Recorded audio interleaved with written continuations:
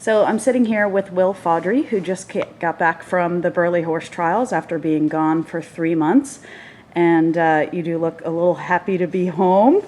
And I just wanted to get a little feedback on your viewpoint of what happened at Burghley. Obviously not the result you wanted, and just kind of wanted to get your feedback on that. Yeah, it was a long summer. I left home here. I headed up to Bromont on June 4th. Left home here, and then ended up flying over to England with Missy on the 18th of June, and obviously going over there in the hopes of the Olympic Games, and was named as one of the reserves, which is never a fun position to be in, but inevitable nonetheless. It's a very hard position to be in because you want to go to the Olympic Games more than anything, but you know the only way you're going is if something happens, and you don't wish that on anybody. So it's, you know, the third Olympic Games. I've been a reservette, but it was a tough summer because I had given the selectors a reason to leave me off, but I really felt that my mare was ready to go and would have done well around that track, but it's water under the bridge at this point. So after the games, I spoke with Jennifer Mosing, who owns Missy, and who's just absolutely incredible. And we talked about what the next plan would be, and so Burghley is where we were going to head. And I was able to stay based at Lavender Hill Farm at East Ibby's place, and so I was able to base there and train there in the lead up to Burghley. Burghley, I had a great lead up to the competition. I have competed at Burghley before on Antigua, and it's a very big track. I mean, the biggest in the world, really. The terrain makes it very, very hard. So I did have a good lead up. I was very, very happy with Missy's dressage. I wish the judge at H would have liked her a bit better. H was especially harsh on you, I noticed. Yeah, it was interesting to read the test. I mean, she was 1 to 2 marks lower than both of the other judges. The other two judges had me on 70 and 72%. She had me on 65. Yeah. And basically, her main comment was downhill. Well, no, Missy's built a little downhill. I didn't feel like she went downhill in the test. Training's not going to fix her conformation. No, but I mean, even watching the video, I mean, it's she was as uphill as she's ever been. I mean, it was, in my opinion, it was 7s and a few 8s on her walk and her canter, which brought it up. But oh well. The cross country, it was a beautiful track. The first time I walked it, I thought this is totally Missy's track, and I was excited about it. I know it's big. I've ridden around there before, and I had my plan, and like most plans, I have a way of falling mid-flight. So I had a really good warm-up for the cross country, and when I started, she was so excited to be out running, and so I left off out of the start box, and the first minute was just after fence 3, and I landed after fence 3, and I looked down at my watch, and I was at 1 second. So my watch had stopped, so I was trying to clear it and restart it because I knew I had been at 1 minute, but then it went completely dead, and I had the leaf pit coming up, so I thought I'd better set her up for that. And so I jumped through the leaf pit, and I ended up going the long way there because she did hesitate a bit coming off the bank. And when she galloped away from that, just as a little encouragement, at the elephant trap, the next fence, I rode to a good distance and gave her a really strong ride off the ground, and just so that I got back in the rhythm and said, "Come on, you're all right. Let's get going here." And then she was quite good through the Land Rover complexes. And then we had the long gallop uphill to the big chase fence. And she just kept, she's such a fast horse, and she gallops so much like Antigua used to, which is very comforting for me. But she was just a bit nervous about galloping on the track. And looking back on it now, hindsight's 2020, I should have, at that point, after the Land Rover fence, totally throttled off of her and said, get into rhythm. The footing is very deceiving there, and she's a horse that likes to get a lot of purchase of the ground. And as she was galloping and the ground was falling away from her, she was digging in a bit harder. And I wasn't kicking her to go quick, but she was compensating with the footing by going a bit quicker, and so I'm quite frustrated with myself on that. But she was, after we jumped the big chase fence and then the oxer to the corner, she was good, and she's very good through the trout hatchery. And Sorry. my dogs are very happy I'm home. She was very good through the trout hatchery, and then again on the long gallop out back, she was just not really in a rhythm, and she hadn't taken a deep breath, which started to concern me, and so I did throttle off of her back there, and I couldn't get her to relax into a rhythm. And she kept jumping and kept going, and I did the HSBC complex where she was spot on through there. That's where I watched you, and you looked great. Yeah, she was really good there over that massive white oxer. And It's like jumping a house. yeah. And then you have another kind of downhill and uphill gallop to the Rolex question, which was a very tough question this year. That triple brush, 4 strides to the Biggeridge V-type corner, and then 4 strides to another triple brush. When I came up the hill to that, I set her up, and I saw my distance to it, and I went to move up to it, and I didn't have the reaction up to it, and she was very good, and she patted the ground and jumped the first one, because wasn't long to it, but I was more at, I wanted to meet it very forward, because it was a very forward 4 strides, and so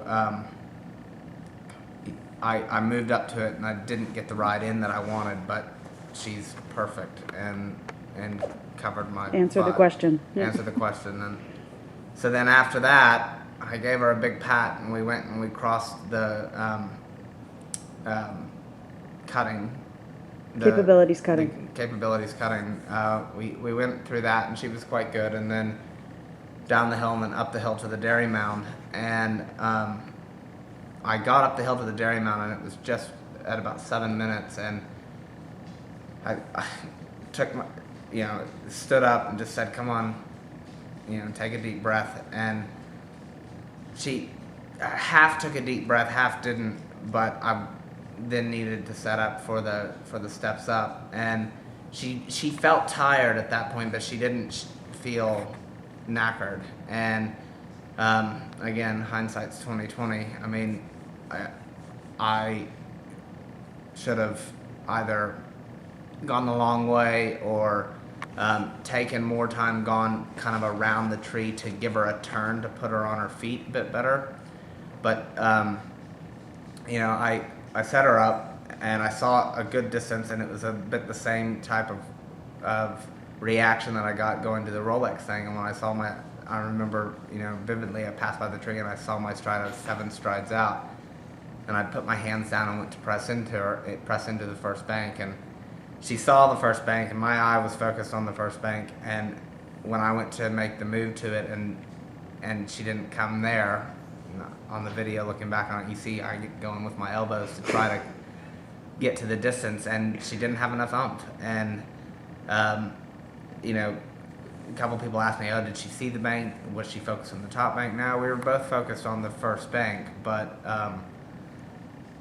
I messed up, and I should have put her on her feet a bit more. And it's a 50-50. You had to be so forward into that combination. You couldn't come in a show jump type canter. You had to be very forward into it.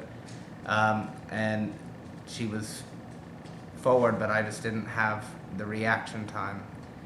And so she tripped up the first bank, and we slammed into the second bank. And of course, at that point, my main concern, I was still on her at that point. I was pinned in between her and the bank, and I was just like, get up, and I was gonna see if I could stay on her. But then she panicked a bit, and I was a bit behind the saddle. And she stood up, and when she stood up, she jumped forward, and then I just basically fell off the back of her. And every time I've ever come off of her and around some of the bigger tracks when I finish cross country, she always whinnies, which Like when you fall off. when I fall off. And so she whinnied, and of course, my main concern was her and making sure that she was all right. But her whinny didn't panic me because it wasn't a panic whinny. It was what she does. It's what she does, and she's such a competitor, and she so wanted to go on. And I think she was mad at me. She was mad at the course. She was mad at the footing. But my main concern was her, and so then I got up. My leg didn't really start to. I mean, I felt it get smashed up against the bank, but I walked right over to her and just to check her out, and I knew that she walked off, and I just wanted to, let her know that it wasn't her fault, and she's still perfect in my opinion, and she'll be back to fight another day. Well, I have to ask you about the kiss because it made my heart melt a little bit. She seems like a pretty special mare, and you guys have a really special relationship. What is it about her that's so amazing?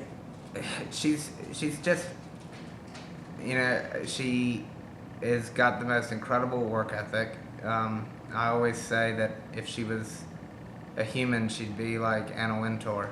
And who's Anna Wintour? Anna Wintour is The Devil Wears Prada.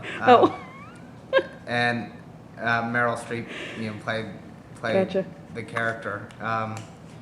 In the movie, Missy is such a professional, and she's so committed to excellence, and there's no joking about with her.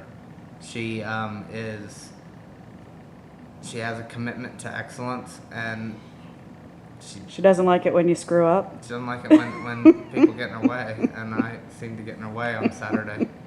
And so I walked right up to her, and she looked at me, and I just gave her a big kiss because I was like, "You're all right. It's not your fault." She was mad. She thought that she had messed up. She thought that, she knew that I was not supposed to be on the ground. Right. And so I just wanted to let her know that it was okay. And I do have an incredible bond and partnership with all my horses, but I've got a special bond with her. She's just an incredible mare, and I love her to death. Well, it was an unbelievably poignant moment. So how is she feeling? Apparently she walked off okay for the vet, and you went ahead and hopped on and walked home. So she's feeling just fine, apparently? Yeah, we walked her out, and I walked up to her, and we checked her legs, and everything was fine. And she does get a bit nervous if there's a lot of people around her that she doesn't know. There were a lot of people there. And since I had to get back through the crowds, I thought for her best mental ability to get back, I needed to hop on her so that she stayed quiet. She stayed quiet, because I think had I had let her, it would have really panicked her, and I didn't want her heart rate to get up or her to get more worked up than she was. Right. So, and you were at almost the far end of the course at that point, headed out to the backfield. 6-1. I mean, I would have hopped on her, if I had to walk through crowds, whether it was 20 yards or 200 yards, I was going to hop on her because I knew she would have been better. She just handles it better. If she wasn't going to be well enough for me to hop on her, I would have had the horse ambulance. But she was fine. She didn't have a nick on her. And when we got her back to the stalls, apart from just being really pissed off, she had a warm bubble bath, and we jogged her up about 2 hours after, and she was totally sound. And I opted to go ahead and give her a couple grams of bute after that, just because I needed a couple Tylenol after head diving running into the bank. But my vet Tom Daniels was there, and he was, we were very happy with how she looked. And Jennifer Mosing was there, and it's a bummer how it ended up, but we're both okay. We both got up and walked off, and we'll be back to fight another day. And I think she'll come out even stronger next time. I learned a lot this summer. Again, it was not the most ideal lead up to Burghley with her being peak fit. I peaked her fitness for the games in case she needed to go there, and then Burghley was 5.5 weeks later. So It is a bit of a science, eh? it is, and I thought I did the right thing, but experience is what you get right after you need it. So I would have definitely changed things, and I've made my notes, and I will, So you'll be out there again on your awesome mare. yes, and she is, she's on her way home. I can't wait to have her home. And Nat VC, who is my barn manager and was over there grooming, we were obviously disappointed. Thrilled for Sinead and Allison, who just did a phenomenal job, and really excited. And we were bummed out not to finish and be up there, but that's the sport, unfortunately. Yeah. And I'm lucky that I have such an incredible support crew and such an amazing owner and friend in Jennifer Mosing, who allows me to ride her incredible horses and Make your mistakes. yeah, I mean, we all make mistakes, and it was definitely, I'm not one to think, I'm not one to blame anybody or blame anything on why I fell. I fell. Yep. I messed up, but I'll learn from it and carry on to the next one. Be And even better the next time. luckily, my princess is okay, and we'll be back to fight another day. Awesome. Well, thanks for talking with me. Thank you.